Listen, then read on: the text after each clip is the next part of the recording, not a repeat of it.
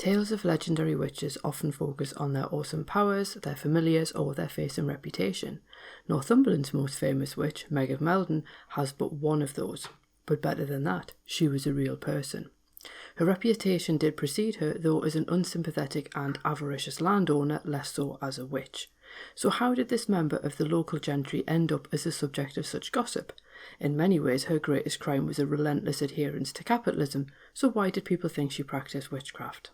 Let's find out in this week's episode of Fabulous Folklore. Hello there and welcome to Fabulous Folklore, the podcast for all things folklore, occult and just a bit weird.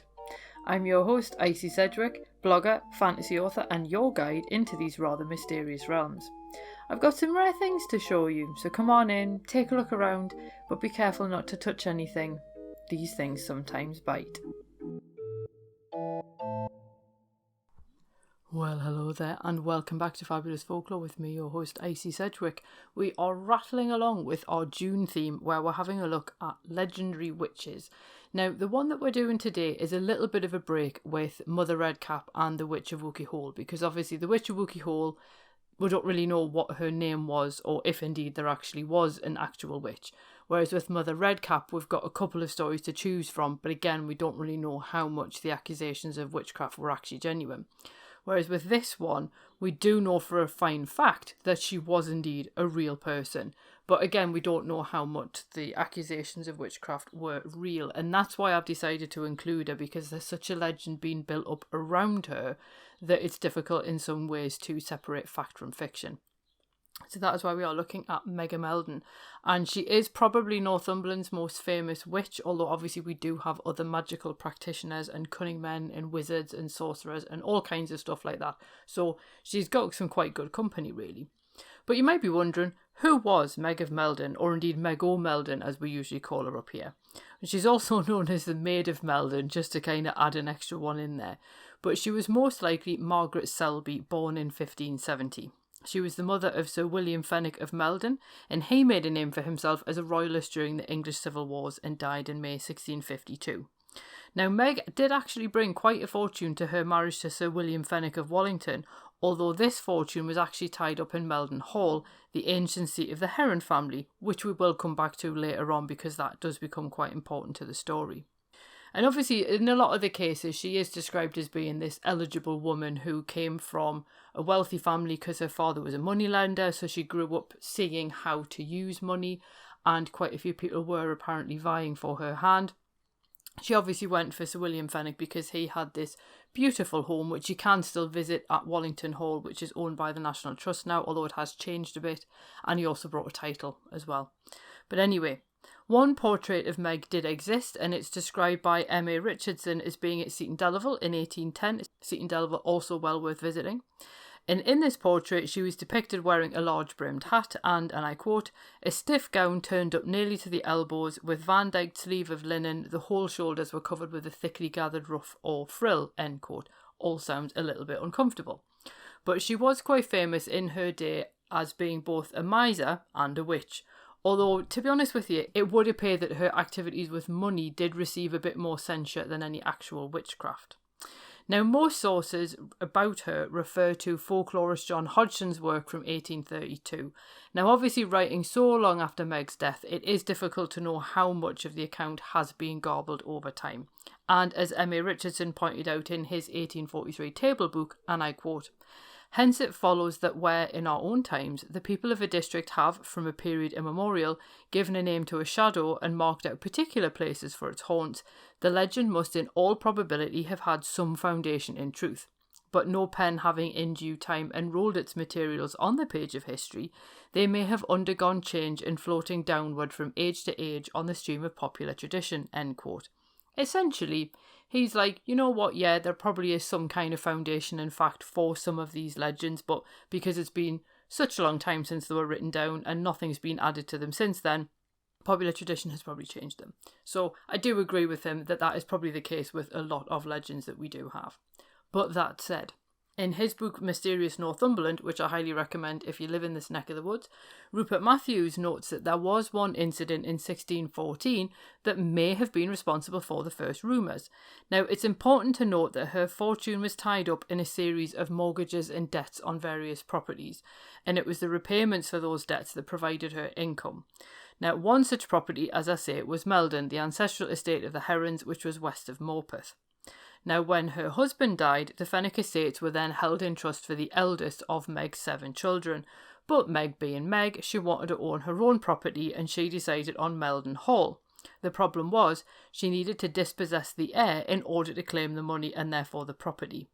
Now, the head of the Heron family spent more than he earned, hence the mortgage on the property, and this ended up really being the family's undoing. So while the Heron heir was away on a trade journey and therefore quite far from home, the head of the family died suddenly, and some people do say that it kind of came out of the blue. His death may have been coincidence, but Meg certainly grabbed the opportunity and then demanded an instant repayment of the mortgage. Now, clearly this is deeply unfair for the heir. He didn't have time to get a new mortgage and he couldn't pay off the old one, and obviously given time he would have been able to do this. So because he didn't instantly repay it, Meg foreclosed on him and then took the estate for her own. Now, given the popularity of the young Heron, this made her very unpopular with the locals, and people began to gossip that Meg was behind the older Heron's death. Now, it wasn't really the done thing to go around accusing people of murder necessarily, but obviously witchcraft was an accusation that you could make and have it essentially stick for a woman in this particular period of time. And the problem was, Meg didn't just stop there. She also seized Hartington Hall as well, and apparently there was some obscure clause in his loan. The owner didn't abide by it, so again, Meg then used that as an opportunity to seize the house. And again, witchcraft accusations surfaced to explain this sudden acquisition.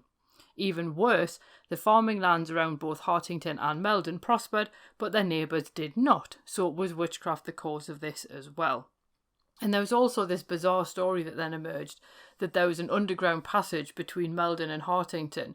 Some people talked about the fact that Meg had had it constructed so she could use it as a coach road, but then other people think that she magically created it so that she could flip back and forward between these two houses, which obviously she didn't exactly get through the fairest of means. But he does also note that the rumours persisted before her death, but nothing was ever proven, and I'm probably guessing I don't think she would have actually been investigated for anything. Now, obviously, because Meg was also human, she did die, and she was buried at Newminster Abbey, also near Morpeth. Except she doesn't actually seem to have stayed there, and this is where the story takes a bit of a strange turn, and rather than just simply being about a woman who was accused of witchcraft, and as nothing was ever proven, that's why she was able to still have a Christian burial, you then end up with all these additional things as well. And soon after her burial, people began to see a beautiful woman flitting around the graveyard in a burial shroud. Naturally, they assumed it was Meg. They also saw a phantom black dog on Meldon Bridge, and obviously, as you'll know if you're a regular listener to Fabulous Folklore, or indeed you've heard either of the episodes where we deal with black dogs, you'll know that they're not exactly an omen of anything good. So again, people were like, you know what, yep, this must be Meg back from the grave. She also apparently took the form of lights and colours flickering over the river, although I have to admit that one actually sounds quite charming. But there was also people who saw Meg sitting on a stone coffin at the Abbey, and people used to call that the trough of Meg of Meldon. And apparently people would collect water that had essentially collected in this trough, and then they would use it to cure warts and other complaints. I'm not massively sure why they ascribed healing properties to this water, given Meg's lack of association with healing magic, but perhaps there's something else going on there. Either way, the beautiful woman left the Abbey confines and could be seen accompanied by the black dog around Meldon and Hartington. The sightings continued for a massive 7 years and then appeared to just stop. Hooray, everyone thought, Meg's finally gone. Only she hadn't. In the best form of sequels possible, she came back 7 years later.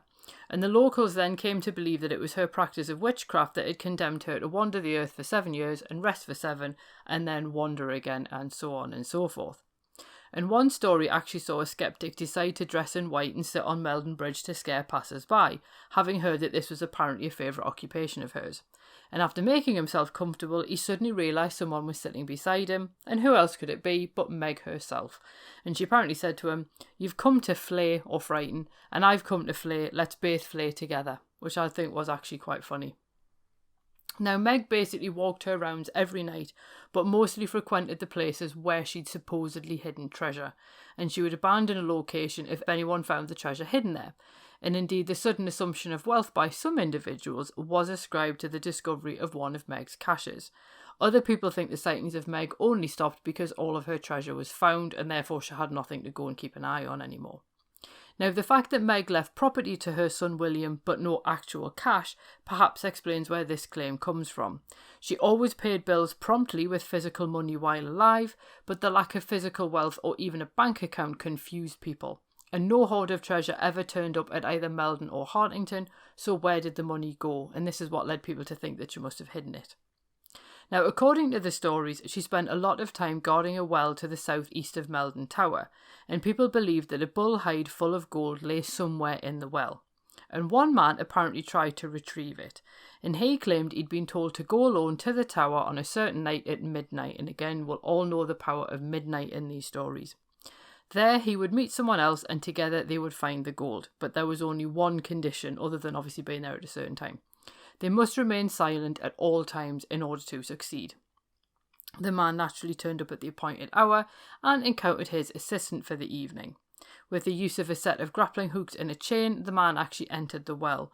It turned out to be empty, having run dry several years earlier, and he found the hide of gold with ease. He fastened the chain around it, climbed back out of the well, and then the pair worked to raise the treasure.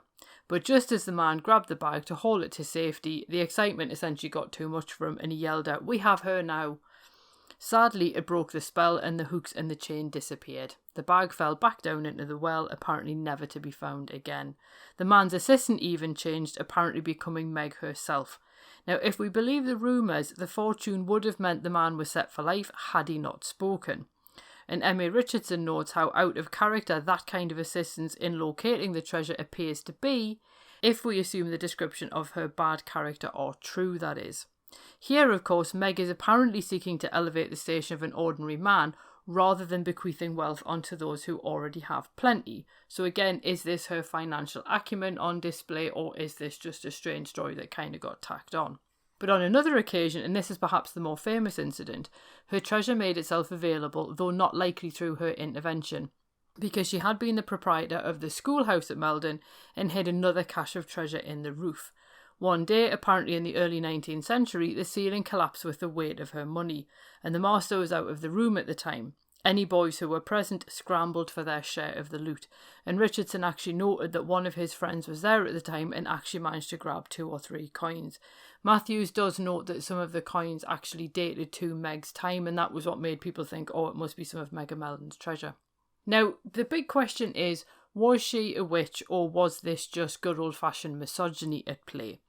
And local resentment may have indeed played a role in the description of her as a witch, because one of the things that she liked to do was buy produce like corn when the prices were low, and then she sold them on at a higher price when the market changed. And that kind of level of business savvy would be celebrated in the city of London today, but in 17th century Northumberland it marked her out as incredibly unpopular. Essentially, in my notes when I was reading that in the table book, I did just write basically a capital S next to it, because that is essentially the crime that's being committed there.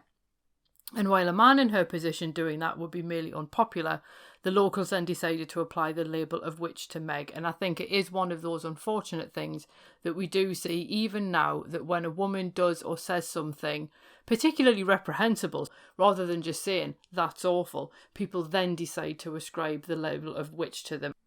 Now, interestingly, Richardson noted that there was nothing to justify the accusation in either her conduct or action, so he seems to be unaware of these earlier stories of her land grab for Meldon and Hartington and the weird circumstances that surrounded them.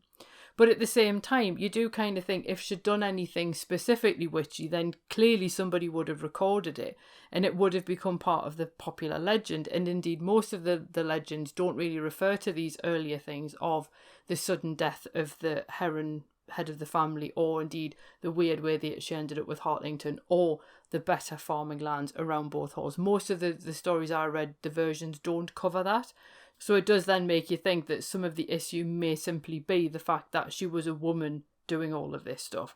And Richardson theorises that people looked at both her financial acumen and the level of influence that she attained and assumed that she must have been in league with the devil. Naturally, had she attained the same level of influence and been philanthropic in her approach, the outlook probably would have been different. Now, I can't help thinking that Meg was a shrewd and hard-hearted businesswoman, but not a witch.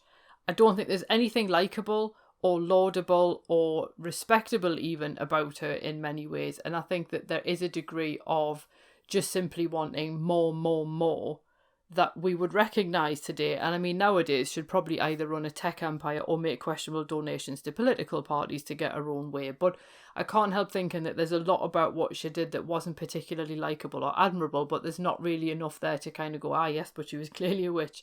So I can't help feeling like a lot of the accusations were just simply because of the fact that she was essentially not a woman above her station, because clearly in terms of social status, I think a social status actually probably stopped those accusations going any further.